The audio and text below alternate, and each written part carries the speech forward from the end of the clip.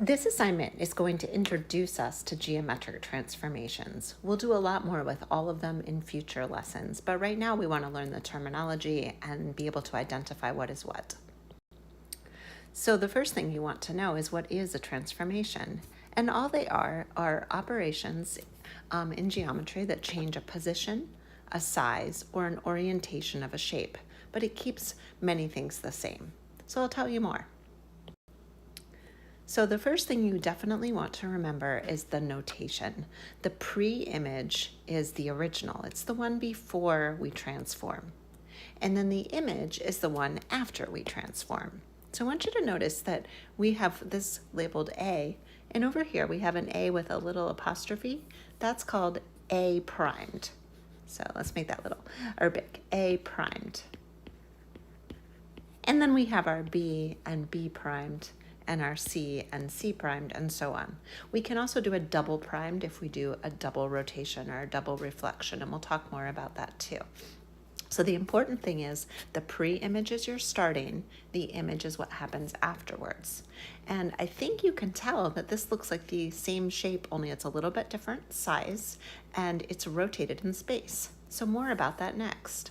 If you didn't take notes down, you want to get your pre-image, that's before the transformation. Then your image has the little primes. You want to know what that's called. And then the next things that we want to understand are something called rigid and non-rigid.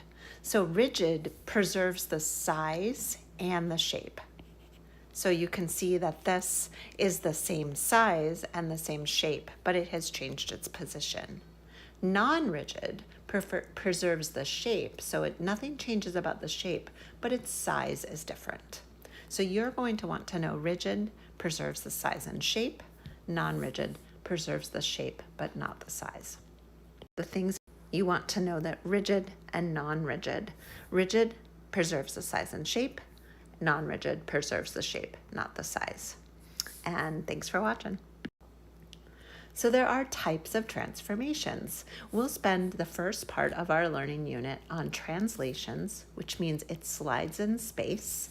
Think about yourself sitting on top of a slide at the playground. Here you are, you go down the slide, you stand back up, or you sit back down just the same way you started. A reflection is when we flip something in space, and a rotation is when we turn. We'll talk about all of these today. And then a dilation is a stretch or a shrink. I always like to think about my eyes. If you go to the eye doctor and you start with your little pupils, they can make those pupils much bigger when they dilate your eyes. So we go from little to big, but the shape stays the same. And then when it goes back to its normal size. So dilation, it can either grow or it can get tinier. So a translation is where we'll begin. A translation is rigid. That means that it stays the same size and the same shape, but it's moved vertically, horizontally, or both. So every point of that pre-image, the starting figure, moves the same distance in the same direction. Okay, so this is really probably my most fun one. So if we start with a point, let's say that I start with the point -3, +2. I'll just label this. So remember, it's always x and then y. So we have a -3 and a +2. And let's say I translate it 2 to the right and 3 down. Okay, so I would translate it. We'll call this point A, 2 to the right, 1, 2. And then 1, 2, 3. So our new coordinates are -1 and -1. We could also notate that with math. We could say that we do an x plus 2. That notates that we're going to the right because x is left and right. And we're going to go down 3, so we would say y minus 3. And then we know that that original point gets moved. And now all of a sudden we know why we learned how to add and subtract positives and negatives, because our original x was -3 and we would add 2. Our original y was +2 and we would subtract 3. So negative 3 plus 2 is negative 1, and 2 minus 3 is the same as 2 plus negative 3, which means negative 1. So there's our point, negative 1, and it's A primed. So that's an example of a translation. Now, a reflection is also rigid, and it is it's mirrored across a line. It's called the line of reflection. So this would be the line of reflection right here. And I think about it as a fold. I imagine that that shape has been folded over that line. Every point in the image is the same distance from the line of reflection as the point in the pre-image. So just look at this. Let's just say that this is the point A, and then this would be the point A primed. So they're both the same distance away. Let's say this is the point B, and then this is the point B primed. They're the same distance away. And we'll call that B primed, and so on. It folds in and folds back out. So now we have a rotation. My name didn't stay, but or a reflection. I changed that and it didn't stay. So my reflection, let's say that we want to reflect it across the x-axis. So we'll start with 2 points this time, and we would say that that is 4, 4. We'll call that B, and we'll say 1, 4. We'll call that A. So what we would do is we would count in 1, 2, 3, 4, and count out 1, 2, 3, 4. And now you'll have A primed, and you'll do the same with your B. And here I think I can tell where B primed is gonna go. So B primed. Look at your new coordinates. You still have the 1 for your x coordinate, but your y coordinate flipped. You still have the 4 for your x coordinate, but your y coordinate flipped. So what happens when you reflect on the x-axis is that your x comma y turns into your x staying the same and your y flipping. So if y was positive, it's negative. If y was negative, it turns positive.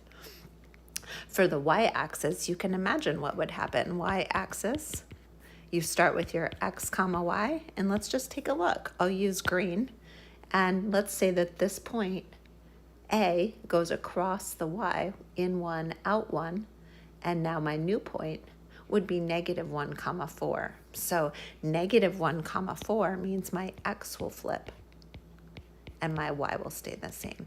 These are worth memorizing. They do make your life a little bit more easy if you know what to expect. That's a translation or a reflection.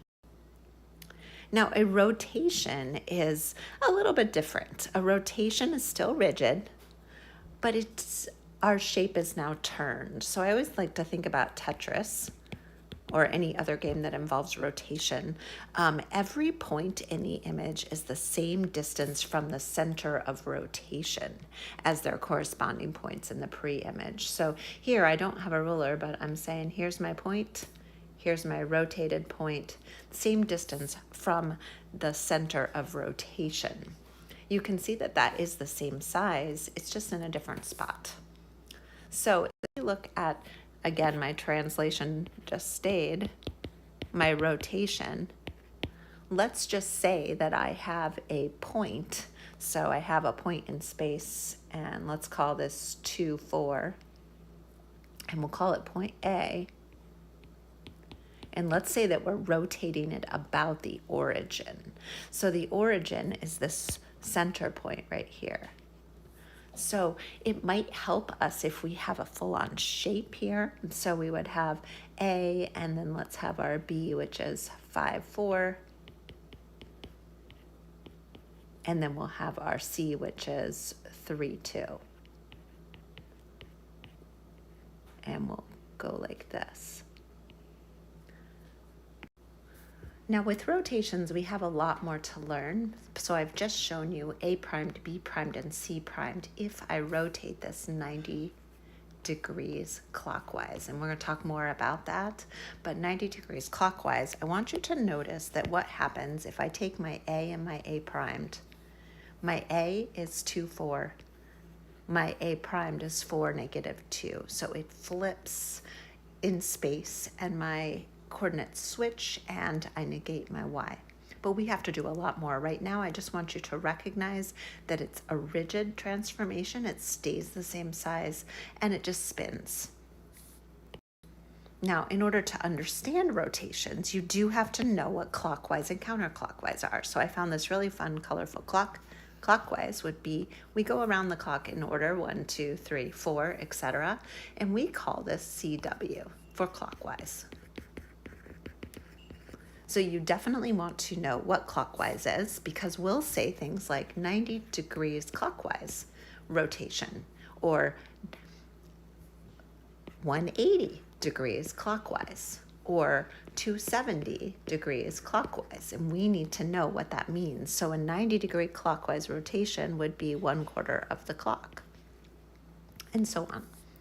And then you also want to know what counterclockwise is. It's the opposite way around, and we call that C counterclockwise. So CCW, and we would say 90 degrees CCW, 90 degrees CW, or 180 and 270. Now we have one last thing, and that is called a dilation. And this is when the shape is made bigger or smaller by a scale factor. So a dilation creates a larger image or a smaller image. So again, my thing did not stay, but a dilation might be as simple as, let's say we have a square right here, and I won't give our points, but we'll have our square. And let's say that we have a dilation by a factor of 2. So you would imagine that your big square is going to be twice as large. So each side, instead of being 2, would be 4. And we would end up, and I won't show where it would be here and talk more about it, but you would see that your dilation would be a bigger square. And you could also have something that's a dilation that's smaller. Again, right now, you just want to know that it changes size, but the shape stays the same. So when is this used? Computer graphics all the time, robotics, vehicles, architecture, interior design. Probably the most exciting thing for me that I think about is anything animation. I was just watching a movie the other day, marveling at how far animation has come. So you'll see all of those things in animation. So our summary is geometric transformations are operations that change the position, size, or orientation of shapes, but it preserves their basic properties. They play a crucial role in fields like computer graphics, engineering, architecture, etc. And it's important for you